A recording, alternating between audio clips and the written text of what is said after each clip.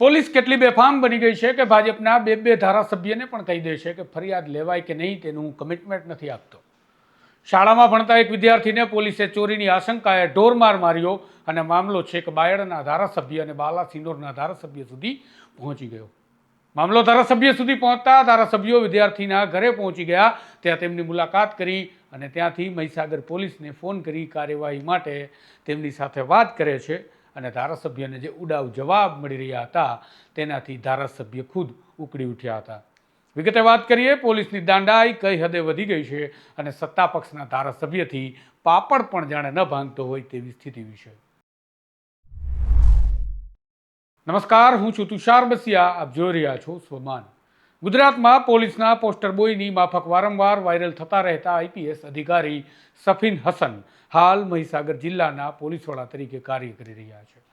સામાન્ય રીતે ગુજરાતભરમાં ગણ્યા ગાંઠિયા અધિકારીઓમાં સફીન હસનનું નામ ગૌરવભેર લોકો લેતા હોય છે, પરંતુ તેમના જ વિસ્તારમાં હવે એક ઘટના સામે આવી છે, જેમાં એક બાળકને મહિલા પીઆઈ દ્વારા ઢોરમાર મારવાનો આરોપ સામે આવ્યો છે. ચકચારી ઘટનાના પગલે બાયડના ધારાસભ્ય ધવલસિંહ ઝાલા અને તેમની સાથે બાલાસિનોરના ધારાસભ્ય માનસિંહ ચૌહાણ આ પીડિત પરિવારની મુલાકાતે ગયા હતા, જ્યાંથી ધારાસભ્ય ખુદ પોલીસને જાણ કરે છે કે કાર્યવાહી કરો અને ફરિયાદ નોંધો, પરંતુ સામા પક્ષેથી જવાબ મળે છે કે ફરિયાદ નોંધવાનું કમિટમેન્ટ ન આપી શકું. ટૂંકમાં તપાસનો રેગ્યુલર જવાબ. જુઓ ધારાસભ્યોથી કેટલી પોલીસ સીધી દોર રીતે ચાલે છે. દ્વારા અમને થોડીક રાહત થઈ અને પછી મારથી બચાય અમને સરપંચ સાહેબ.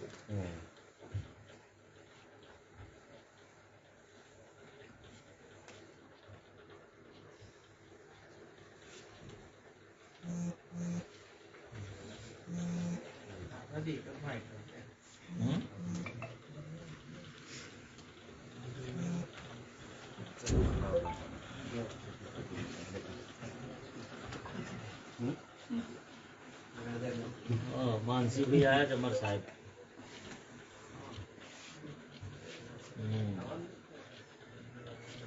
तो आपको कितनी बार लागे अभी कलाक से कोई नजीक से એવું કોઈ નથી. તો કલાક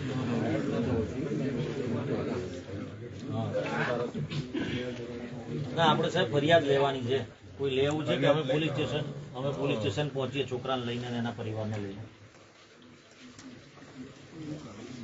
ના ના આપને પૂછું છું સાહેબ, કારણ કે આ છોકરાને એ મોકલો ને કે તમે આવતા ચાલુ રાખો. હલો માનસી સાહેબ ને આપો ચાલુ. હલો નમસ્તે બાદશાહ બોલું. આ ફરિયાદ લઈ લેવી પડશે ને આ છોકરો 9મા ધોરણમાં ભણતું છે, એની આવી હાલત નહીં કરવી જોઈએ. એટલે ફરિયાદ લઈ લો ને. જો એનો તો તમને કમિટમેન્ટ નહીં આપતો ફરિયાદનું, કારણ કે આ રીતે જો બધા જ મારા અધિકારી વિરુદ્ધ હું ફરિયાદ લેવાનું સ્ટાર્ટ કરું તો પછી એ લોકો ડ્યુટી જ નહીં કરી શકશે. તપાસ થાય અને ભાઈ મિસ્ટર વસાવાજી, તમે આ વાત કરી રહ્યા છો બરાબર. એક સ્કૂલનો એક શિક્ષક કદાચ કોઈ છોકરાને લાફો મારે છે તો પોલીસ ફરિયાદ દાખલ કરી દે છે, અને આ તો છોકરાને પટ્ટે માર્યો છે સાહેબ. ફરિયાદ ના લો, તમે આવી વાત કરો, તમારા કર્મચારી વિરુદ્ધની વાત કરો તમે. એટલે આ ન્યાય માટે કોનો દરવાજો ખખડાવે, પોલીસનો કે બીજા કોઈનો સાહેબ? જો ધવલભાઈ, જો એવો ઇન્સિડન્ટ થયો હશે તો ડેફિનેટલી એ વસ્તુ એ જે પીઆઈ કે જે બી કર્મચારીઓ હશે એમના સામે એક્શન લેવામાં આવશે. બટ એ વસ્તુનું તથ્ય તો એકવાર જાણવું પડશે ને. એટલે ફોન થી લઈ લે ને, ફરિયાદ ફોન થી લઈ લે. આવવાનું દેતા હોય શું કહેવાય કે આનો તથ્ય જાણીને એના સામે કાર્યવાહી કરવામાં આવશે. હા પણ ફોન થી મોબાઈલ થી તો લઈ લો ફરિયાદ. હવે બે ધવલભાઈ છે, હું શું બે ધારાસભ્યો તમને કહે છે સાહેબ, તો તમને ખબર નહીં પડતી અમને તો. લો સાહેબ. હલો હા ફોન થી લઈ લો ને. ટેલિફોન થી લઈ શકાય, એવું કશું નહીં. જો ફરિયાદ તો કરીને તમારે પોલીસ સ્ટેશનમાં જ નોંધવી પડે. હા એટલે એ જે પાવર છે એ પોલીસ સ્ટેશનમાં જ હોય છે.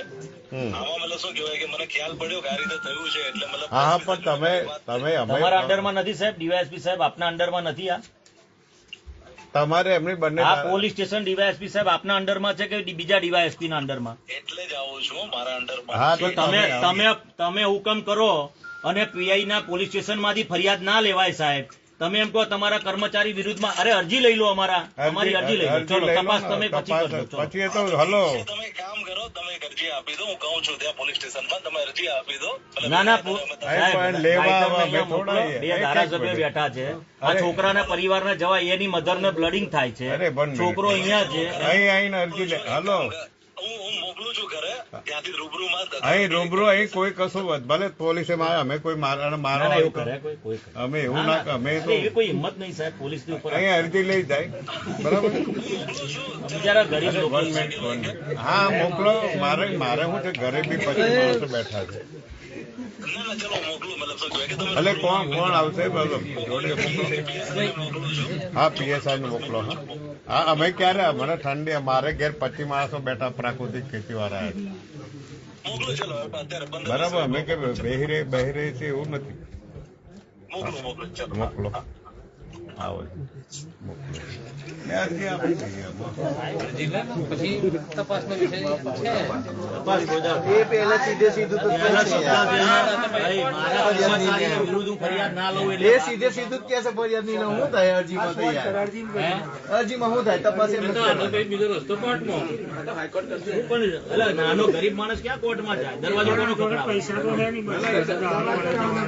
આપણે બધા જઈએ તો બેસી જઈએ, શું ફરક પડે? પોલીસ સ્ટેશન હવે આ ઘટના પરથી તમે સમજી ગયા હશો કે રાજ્યમાં અધિકારી રાજ કેટલું હાવી બની રહ્યું છે, કે જ્યાં પોલીસ અધિકારી પણ ધારાસભ્યનું કહ્યું માનવા તૈયાર નથી અને કલાકો સુધી બે ધારાસભ્યો લમણાજીક કરે છે, છતાં પણ પોલીસ ફરિયાદ લેવા માટે કોઈ આવતું નથી. વળી અચરજ થાય તેવી વાત છે કે મહીસાગર જિલ્લાના પોલીસ વડા જ્યારે સફીન હસન જેવા અધિકારી હોય, જેમના તરફ લોકો આશાની મીટ માંડીને બેસતા હોય અને જ્ઞાન મેળવતા હોય તેમની પાસેથી, છતાં પણ તેમના વિસ્તારની આવી ચકચારી ઘટના માટે બે ધારાસભ્યોને આજીજી કરવા માટે જવું પડે, છતાં પણ થાય તો કશું જ નહીં.